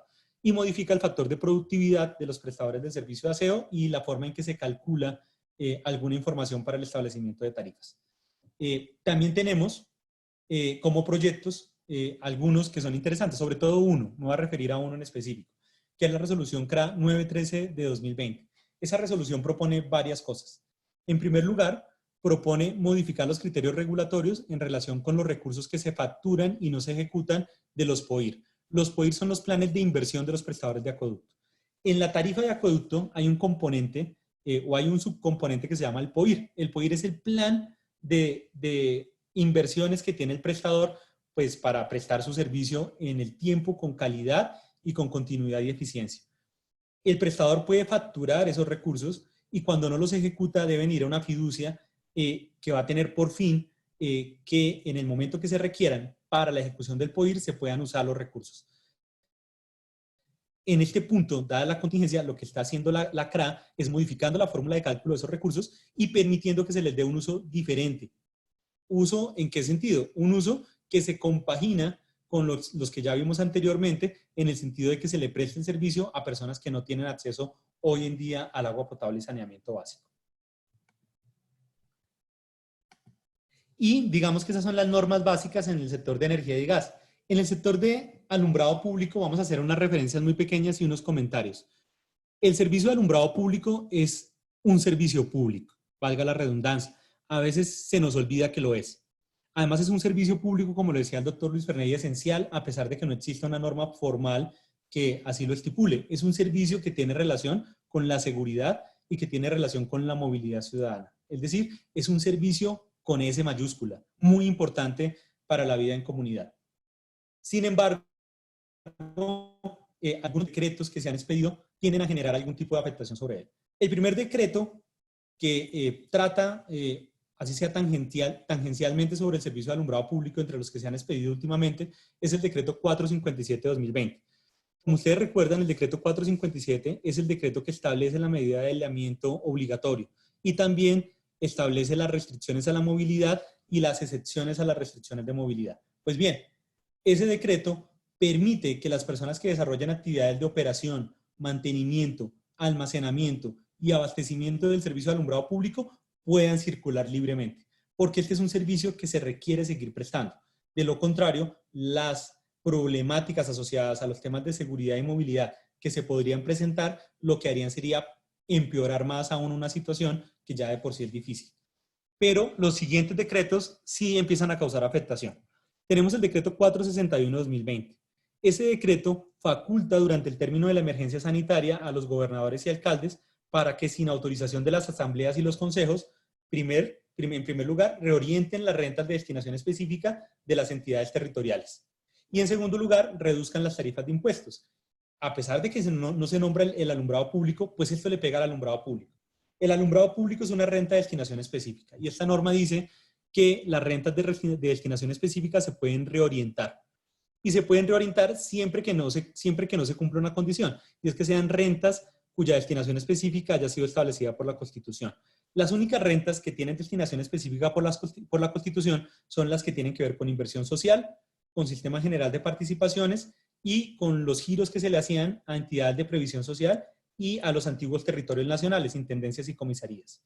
Dado lo anterior, en principio, una renta de destinación específica como la del alumbrado se podría reorientar. Y adicionalmente, el decreto le permite a los municipios reducir la tarifa de los impuestos. Como si eso fuera poco, se expide el decreto 513-2020. Y ese decreto 513-2020 establece unas condiciones para la exclusión del cobro del impuesto al alumbrado público. Ese decreto le ordena a los municipios hacer unos análisis a efectos de establecer si con recursos del presupuesto o con recursos del Sistema General de Regalías pueden asumir el pago del impuesto al alumbrado público en su totalidad o de manera parcial. Y de igual manera se establece un procedimiento a seguir por los entes territoriales. Esto ha causado mucha inquietud sectorial. Y sobre eso, pues yo quiero hacer unos comentarios y son los siguientes. Frente al primer decreto, 457-2020, un consejo para los prestadores del servicio de alumbrado, que además se hace extensivo también a los prestadores de los servicios de energía, gas, acueducto, alcantarillado y aseo. Quienes hagan labores de operación, mantenimiento, almacenamiento y abastecimiento deben estar correctamente identificados, deben portar documentos de identidad, carnets, uniformes, certificaciones en las que conste que realizan la actividad. Eso de manera tal que se permita que ellos puedan circular libremente y prestar un servicio que está orientado a la satisfacción de necesidades colectivas. Frente al decreto 461-2020, ojo alcaldes, ojo consejos, ojo asambleas. La reorientación de rentas específicas o la rebaja de impuestos no puede comprometer la gestión fiscal de los municipios ni de los distritos y tampoco puede afectar la prestación de servicios o el cumplimiento de contratos, pues ello puede llevar a escenarios adversos de desequilibrio contractual, económico o de incumplimiento de obligaciones por parte de los entes territoriales. Y desafortunadamente no creo que tengamos alcaldes hoy conectados, pero si los hubieran y si ustedes conocen alguno, recuérdenle a los alcaldes que el daño al patrimonio público se castiga fiscal, disciplinaria y penalmente. Entonces, mucho ojo. Si bien pueden hacer la reorientación de rentas y si bien pueden hacer la reducción de tarifas, lo pueden hacer siempre y cuando cuenten con recursos con los cuales puedan solventar el déficit que creen. De lo contrario, absténganse de ejecutar esa medida. Y la última va en el mismo sentido. La exclusión del cobro del impuesto al alumbrado público es temporal y no puede hacerse si no se cuenta con recursos que garanticen el cumplimiento de las responsabilidades municipales. Y aquí hay dos responsabilidades grandísimas. La primera, la de prestar el servicio al alumbrado público. El decreto 948 del año 2018, que es modificatorio del 1073 de 2015, reglamentario del sector de minas y energía, le entrega a los municipios la responsabilidad de prestar el servicio de alumbrado público. Y esa responsabilidad no ha desaparecido con los decretos de emergencia. Y en segundo lugar, dado que esa responsabilidad se puede cumplir de manera directa o a través de terceros, concesionarios, contratistas, socios en empresas mixtas, pues lo cierto es que el municipio no puede incumplir sus contratos, porque estas normas no lo están habilitando para ello. Luego, si lo incumplen, deben atenerse a las consecuencias, que son consecuencias muy gravosas. Por último, y ya para cerrar, seguramente el doctor Luis Ferney también va a hacer alguna anotación, yo quiero hacer 6 o 7 recomendaciones generales. La primera, tengan mucho cuidado con los documentos que emiten los organismos del Estado. Algunos contienen obligaciones y hay que cumplirlas, otros solo tienen carácter informativo o a título de recomendación. Y algunos de los que contienen obligaciones tienen obligaciones temporales por el estado de emergencia sanitaria o por el estado de emergencia económica, y otros pueden tener vida más allá del periodo de emergencia, porque así lo ha dictaminado la Corte Constitucional. Entonces hay que tener mucho cuidado con la lectura de las normas que se expiden. En segundo lugar, otra recomendación, importante hacer seguimiento de las suspensiones de términos decretadas por entidades del orden nacional y territorial y con el alcance de esas suspensiones. Por ejemplo, en el sector en el que nos movemos nosotros, el Ministerio de Minas y Energía suspendió términos hasta el día hábil siguiente al que se supere la emergencia. La UDME hasta el 20 de abril, la CREC hasta el 12 de abril y la CRA hasta la terminación de la emergencia sanitaria. Esos son los términos para resolver peticiones, para adelantar trámites administrativos, para resolver recursos, etc. Entonces, ojo con eso, pero hay que leer las normas, porque esas suspensiones pueden ser totales o parciales. Y a veces uno se puede dormir y se le puede vencer un término, y esto es un tema importante. En tercer lugar, este es un consejo que siempre nos da el doctor Luis Ferney, es que hay que leer la letra pequeña, porque el diablo está en los detalles. Entonces hay que leer los decretos con mucha atención, con mucho cuidado, no saltarse ningún parágrafo, ninguna norma, ninguna letra, porque pueden haber cosas allí o que los beneficien o que los perjudiquen. Entonces hay que ser muy cuidadoso. Hay que hacer mucho seguimiento muy estricto de las entidades de interés. En el sector de agua potable y saneamiento básico hay que hacerle seguimiento a la presidencia, al Ministerio de Hacienda, que es una entidad de interés, al Departamento Nacional de Planeación, hay que hacerle seguimiento al Ministerio de Ambiente, hay que hacerle seguimiento al Ministerio de Vivienda, hay que hacerle seguimiento a la Comisión de Regulación de Agua. En el sector de energía, a las mismas entidades que mencioné inicialmente, a la Superintendencia de Servicios Públicos, a la CREC, a la UBME y al ITSE. Importante que hagan ese seguimiento. Y pueden contar con personas que les ayuden en eso, como nosotros, por ejemplo. En quinto lugar, no hay que olvidar la temporalidad de algunas medidas, así como la subsistencia del régimen jurídico ordinario. Es decir, estas medidas hay que leerlas como lo que son, medidas excepcionales. La ley 142, la ley 143, las normas generales siguen existiendo. E incluso si hay vacíos en estas normas, se deben llenar de manera armónica con las normas vigentes en el sector de los servicios públicos. Otra recomendación, esta nos la daba el doctor Luis Fernández esta mañana en una reunión que tuvimos. Todas las decisiones que tomen empresas, usuarios, entidades de gobierno deben estar debidamente justificadas. Es decir, si ustedes van a dejar de atender al público, por ejemplo, acogiendo la suspensión de términos para entidades públicas o para particulares que cumplan funciones, háganlo con una resolución donde se documenten las razones por las cuales se suspende el término. Si ustedes van a acogerse a una línea de crédito, expresen la razón por la cual se acogen o por la cual no se acogen. Si ustedes van a establecer una opción tarifaria en el sector de gas, dejen constancia de por qué se escoge esa opción y no otra. Porque a posteriori todos los actos que se desarrollen en el marco del estado de emergencia van a ser objeto de discusión. Y en la medida que uno esté bien soportado, pues va a poder sortear esas discusiones. Y por último, otro consejo. Las situaciones que se han venido presentando pueden dar lugar a la invocación de figuras jurídicas en el marco de los contratos, como por ejemplo la fuerza mayor, la excesiva onerosidad, en el caso de contratos estatales el hecho del príncipe, y en esa medida es conveniente que ustedes estudien tanto los contratos en donde ustedes son parte contratante como aquellos en los que son parte contratista, porque eventualmente pueden haber circunstancias previstas en el contrato que a la luz de los hechos actuales les permitan a ustedes lograr, por ejemplo, una suspensión, lograr una modificación, lograr una terminación del contrato o declarar un evento constitutivo de fuerza mayor o de excesiva onerosidad que proteja su patrimonio. Esos son consejos que les damos. Por último, antes de que el doctor Luis Fernández haga el cierre, quedamos atentos a sus preguntas. Si podemos contestar algunas ahora lo haremos, si no, lo pueden hacer a través del correo electrónico.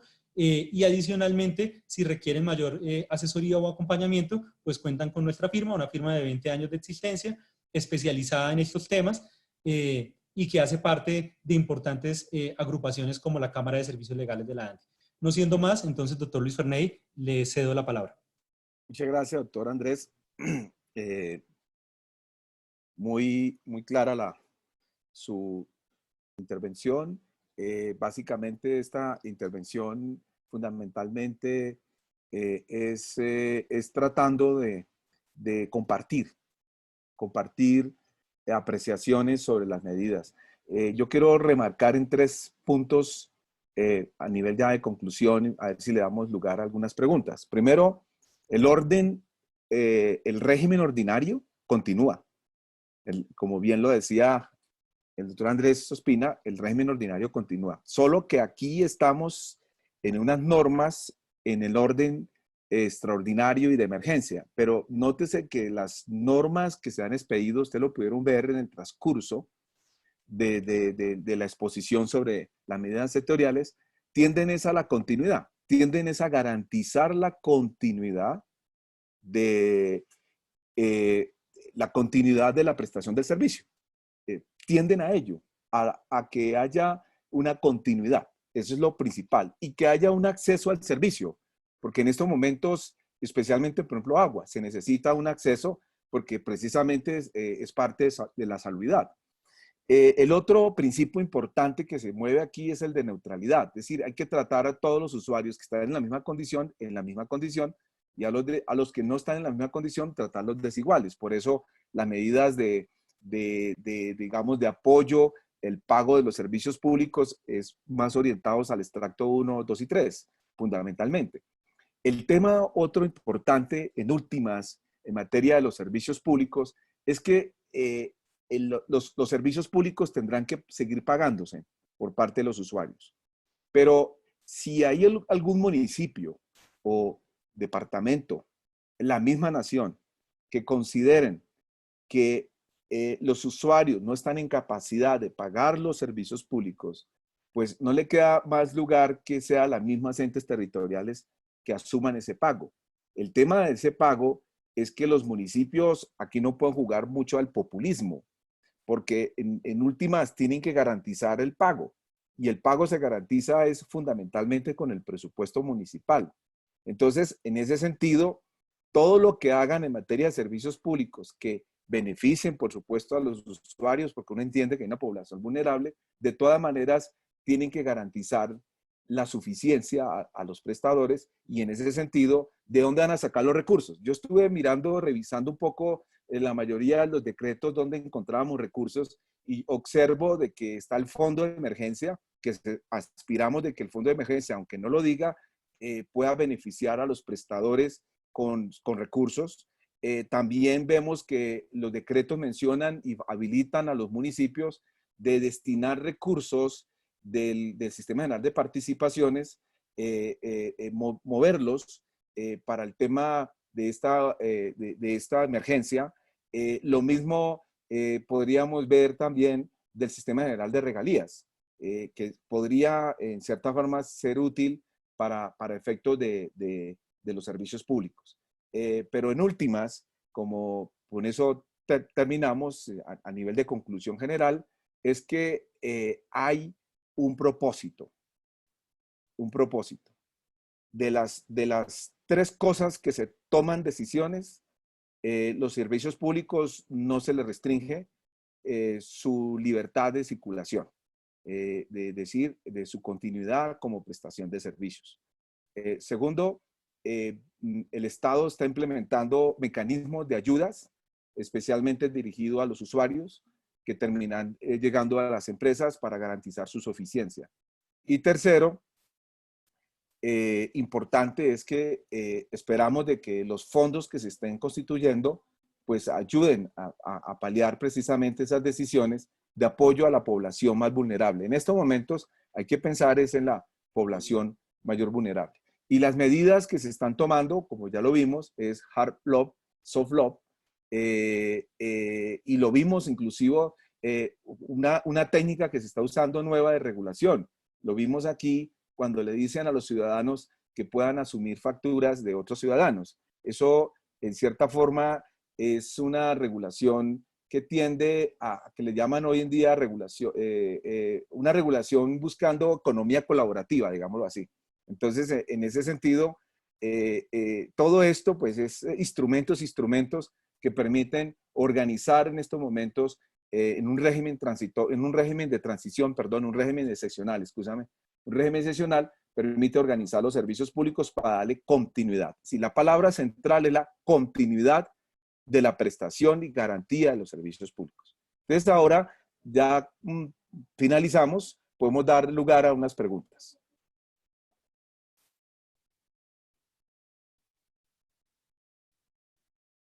Segundo, voy a permitirme leer algunas, doctor. Jennifer me escribe, me indica la norma en cuanto a temas societarios y corporativos. La norma sobre temas societarios y corporativos, las que yo cité, fueron el decreto 398 de 2020 y el decreto 434 de 2020. El 398, que es el que permitió las reuniones no presenciales de asamblea y la modificación hasta último momento de la forma de realización de la asamblea, y el 434, que tiene dos tipos de medidas, las que suspenden los plazos para el registro mercantil, para el RUP, para el RUNIOL, y las que tienen que ver con la realización de asambleas hasta el mes siguiente a la terminación de la contingencia por citación o el primer día hábil del mes siguiente a la terminación de la contingencia